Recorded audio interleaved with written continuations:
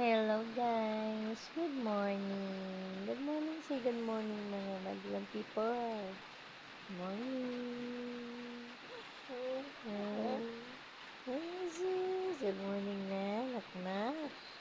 Good morning! Morning siya guys, ang akong anak atong April 24.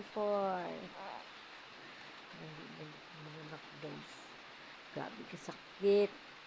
Katagam. Ginoo ko. Malalaman mo. Pero, mas may laman ni mga anak kay pag utong, kay isa ra buto.